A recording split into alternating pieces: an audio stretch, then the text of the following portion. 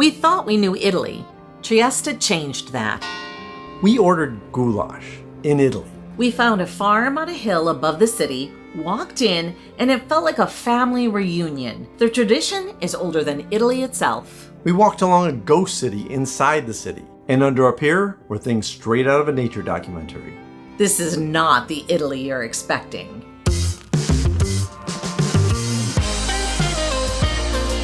I'm Judy. And I'm Kevin. Welcome back to Finding Gina Marie, where we share our lives as full-time travelers and the connections we make along the way. Trieste sits at the very top of the Adriatic Sea, almost in Slovenia. For centuries, this was the Austro-Hungarian Empire's only major seaport. When the empire collapsed in 1918, Italy claimed Trieste as its reward for fighting on the Allied side in World War I. But the story didn't end there, and we'll show you what we mean.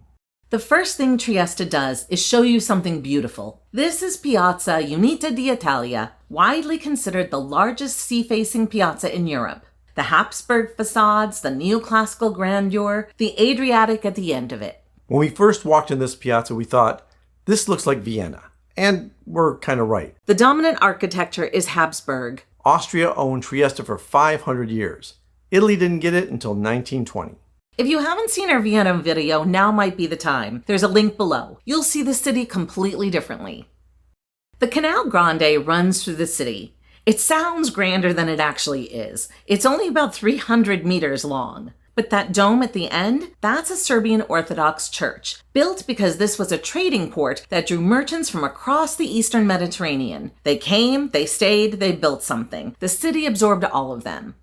As someone who really loves to enjoy coffee in the city, it's impressive that Trieste takes its cafe culture seriously. So we're at Maravilla Coffee, and we've had it's our second time here. It's really nice when the weather's beautiful like this. And apparently they have specialty coffees. Yes, this is the place to come for coffee nerds who are interested in maybe different roasts. They have some interesting coffees that are worth checking out. And they're unique because they offered me a different option for beans this morning. But I enjoy their blend for their flat white, and they have flat whites, which is great. And here are 3 cafes that are worth knowing.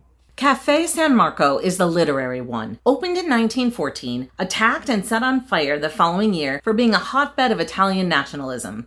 This is a coffee shop filled with books and art and frequented by people who spent a lot of time talking about the arts, including James Joyce. I love it here. This is a great place for coffee and pastry.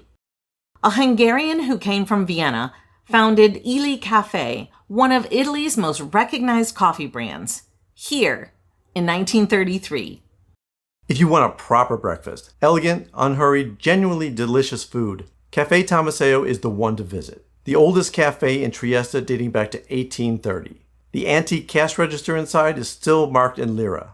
And if you want to sit outside on the grandest seafront piazza in Europe, Caffè degli Specchi has been here since 1839. We felt like prices were a bit higher, but those views don't come cheap. This place has an old world culture to it, but there are also robotic busboys handling the dishes. I really felt like that robot kind of broke the historic energy of it, but it was still really cool to see. All 3 serve lunch, but you will want to make reservations for those. We were coming back from breakfast one morning and we heard some music.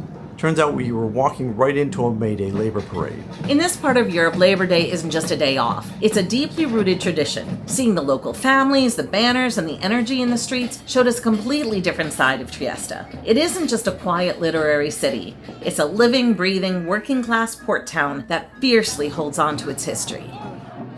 We were here for 25 days, but because we arrived in mid-April, we had a lot of cool weather. But on our first nice day, we took a quick tap-to-pay bus ride to Barcola, a lively beach promenade about 20 minutes from the city center. It was a super local spot.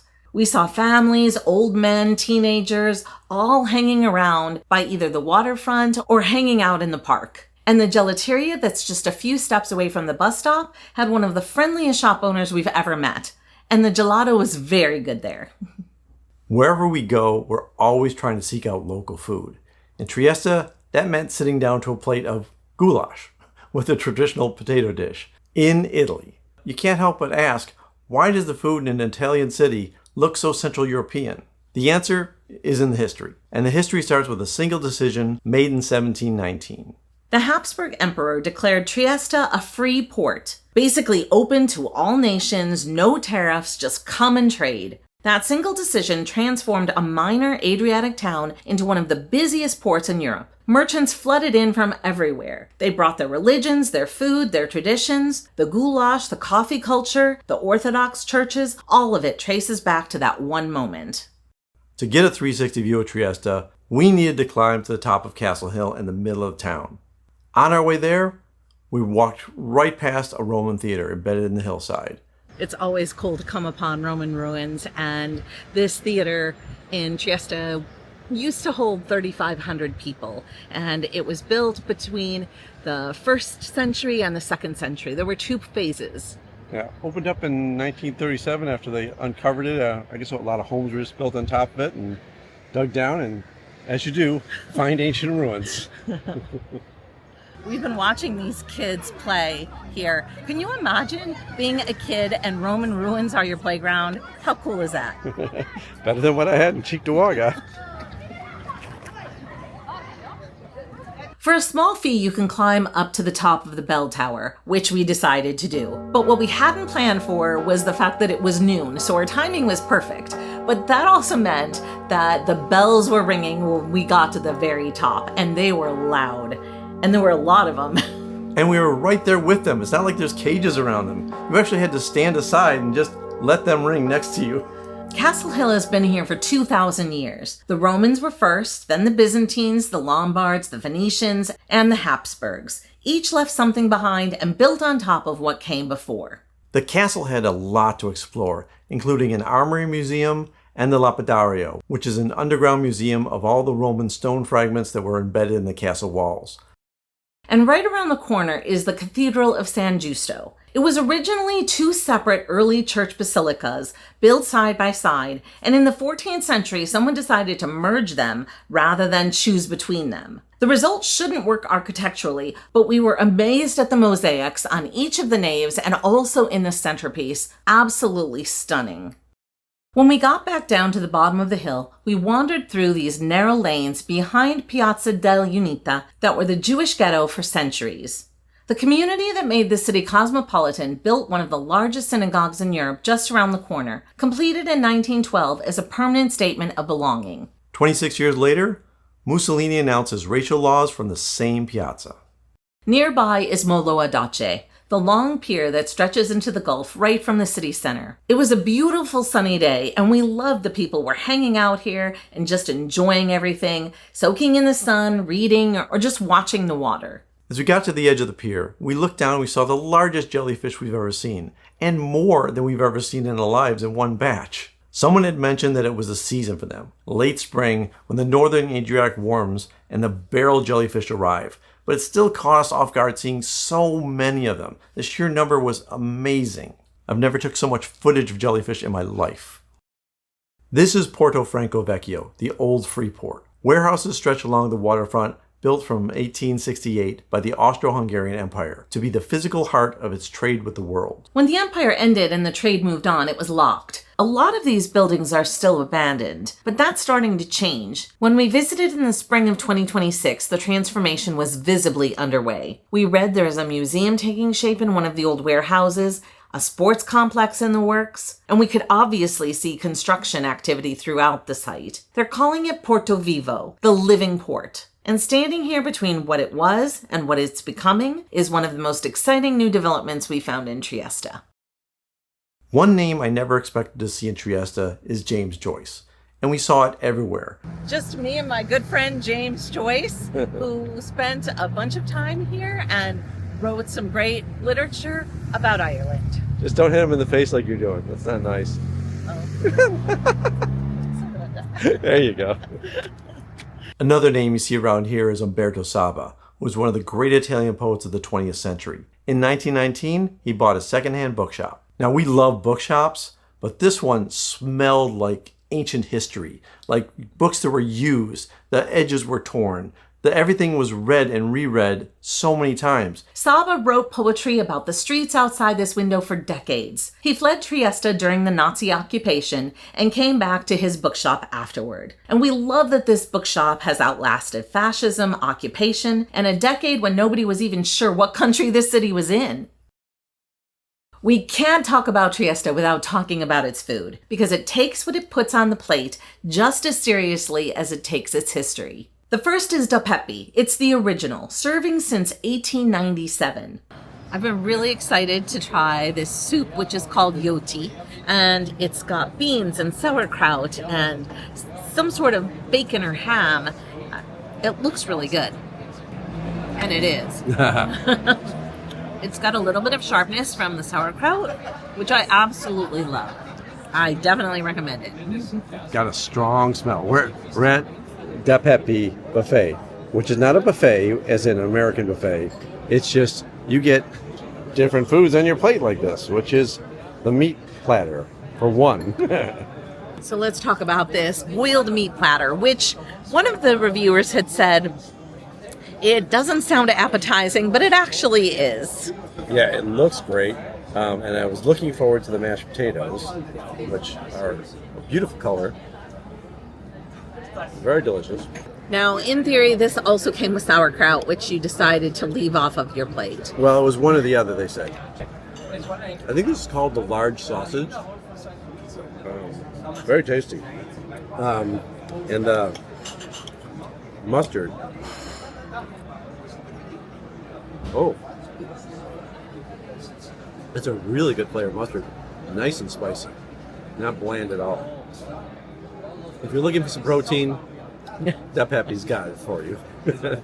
Buffet Rudy is the other one worth knowing. We walked in mid-afternoon and the place was in full swing. Locals everywhere. Energy through the roof. I loved it. It was everything that I wanted from this experience. This is where we had the goulash we showed you earlier. And the atmosphere alone was worth a visit. We've seen goulash in a lot of restaurants around here. We just haven't had it. So here we are, with beautiful flavored goulash and mashed potatoes. And this is very plentiful, really rich, really wonderful. I mean, rib sticking delicious food. That you don't really expect to get in Italy. The atmosphere here is amazing. So much energy, so much family activity going on, like big groups. It's a really great experience. But Trieste is also a massive Adriatic port, which means the seafood is exceptional. For a wonderful seafood experience, head to Hostaria Malcanton, a short walk from Piazza dell'Unità. Consistently excellent and very local. Get a reservation, the dining room is intimate and fills up fast. But we ate outside when we were there, and that was lovely too. And there was one restaurant that we should have stopped at earlier because it's right down the street from our apartment. Baracca and Burattini. I had the goulash served over gnocchi, an Austrian stew over the most Italian of pastas. On one plate, that's basically the whole story of Trieste. Every spring and autumn, farms on the karst plateau above Trieste open their gates for a few days at a time to sell their own wine and food to anyone who shows up. This tradition is called an Osmiza. It predates Italy. It predates Austria. It's older than almost every political force that has ever claimed this land. I have to say, I'm just really excited about having this very local experience here in Trieste. It's not an official restaurant. It's like someone's backyard. They serve food. It's a big house with family-style activities going on behind us. Well, but it's a farm because you can see that there is local wine being served here, and the food. There are fresh eggs from the chickens behind in the backyard, and there's meat that comes from the animals that they come from, and all of it is with family. Like, people are all celebrating. They bring their dogs, the kids are playing. It's just really cool and authentic. Especially because this is something that really only happens a few weeks out of the year. It does not happen every day. And today was the last day for several months that it will be available. just under the wire. Ideally, you'll want to have a reservation, but they accepted us without one. There's a lot of Italian, but we were able to figure it out. And so I think the first thing to know is you pick a table first, one that's not reserved. We tried to get a reservation and nobody would pick up the phone, which I understand is actually a common thing. So they said just to show up, and if you could get in, you'd get in. Yeah, so walk in, look around. There might be an edge of a table if you're just a couple people, and just ask politely, and people are very nice. They will grant you a spot. Yes, and I ended up getting a mixed platter. So instead of having to pick things one by one, she said she will just arrange a set for us. Perfetto. Buongiorno. Eccoci, salve. Ah, grazie. Sì, prego, buon appetito. Grazie. Prego. Except for strudel, there wasn't really cooked food except if you wanted a hard-boiled egg. Everything else was basically a charcuterie tray. Okay, it smells delicious. I'm just going to say that. But do order the strudel early, because by the time we got done with our meal, they were out of it. The best recommendation is to come early, because when they're out of food, they're out of food. They had one type of homemade wine there. It was delicious, and that was your only choice. The prosciutto on our plate came from San Daniele, a town about an hour north of here. If you're a serious food lover, it makes an incredible day trip just to see how they cure it. It's all very delicious, all very fresh. We're curious. Is there any place that you've been that deserves more attention than it gets? We would love to know in the comments. It could definitely inspire one of our future trips. Trieste is also a great base for exploring. Just across the bay, a quick ferry ride away is Muggia, a small Venetian fishing village that some friends of ours visited during their time here and absolutely loved. Very local, very charming. And just 9 minutes away by train, the most beautiful thing we found in Trieste had the most surprising story attached to it. Miramare Castle. Make sure you buy your tickets online and do not miss it. The trains run only once an hour. We missed our ride back by 2 minutes and had to wait an hour for the next train. It's worth the careful planning, though. We went for an afternoon and would have loved to have spent more time there before it closed. Archduke Maximilian of Austria built this in the 1850s as his permanent home on the Adriatic. He was a genuine idealist, a sailor, a botanist, a man who felt more alive here than at the Habsburg court in Vienna. In 1864, Napoleon III offered him the throne of Mexico. Maximilian accepted, genuinely believing he could build something good there. He sailed from Miramare that same year. But when French military support was withdrawn, his empire collapsed. He was captured and executed by firing squad in 1867. He was only 34 years old. The castle has been here ever since, perfectly preserved and beautiful, especially when you get out on the balconies. Before we share our final thoughts, let's talk about what everything costs for 25 days in Trieste. Travel from Budapest cost us $883 or $442 per person. Accommodations at Sebastian's Airbnb close to the Canale Grande were $2,638 or $106 per day. Getting around the city cost $149. Dining and groceries were a total of $1,758 or $35 per person per day. Activities cost us a total of $61. My haircut and color were $227 and Kevin's cut was $38. The total cost was $5,752. Minus the cost of transportation to travel from Budapest, we spent $4,869, which breaks down to $195 per day and $98 per person per day. I was so looking forward to Trieste because I love Italy, and Trieste did surprise me. For one thing, it was a wonderfully walkable city. Lots of piazzas, fountains, everything you would expect. But the food culture and the cafe culture were so different. I wasn't used to these Vienna-style cafe bars as opposed to an Italian bar. There were so many things to see in the city that were unusual for Italy. I loved it. In fact, one of our viewers, a couple of years ago, in fact, had mentioned, why don't you cover Italy on the east side, the Adriatic, and that nobody really talks about it very much. And originally I was hesitating because I really wasn't sure. When I go to Italy, I'm looking for Italian culture, not necessarily an Austro-Hungarian mix with Italian. But I was really surprised and I enjoyed it quite a lot. And I really appreciated the history of how it was this vibrant seaport and now how some of that has just gone away and it feels just Like, not over touristed at all. I felt like there were more locals than anything else. And locals of all ages. Sometimes cities age out and you see just old people and things falling apart. There were so many young people in this city. It felt Like vibrant and us. alive. What? Like us. Yeah. No, real young people. No. The old people. Oh! You said old and falling apart. I don't know. No, I'm saying cities sometimes are, not the people. Anyway, this city did feel Italian, but it also felt unique. And I really enjoyed the experience, and I felt like I learned a lot about this area of Europe. Yeah, you're right. I agree. I feel like I learned an awful lot. If you're wondering if Italy could be somewhere that you'd like to live, we asked the same question when we were in Turin, and you can watch that video right here. Thank you so much for coming along with us to Trieste, Italy. The best compliment you can give to us is to recommend us to your friends and family. And remember to Wander more, worry less. and bring a passport. Until next time. Until next time.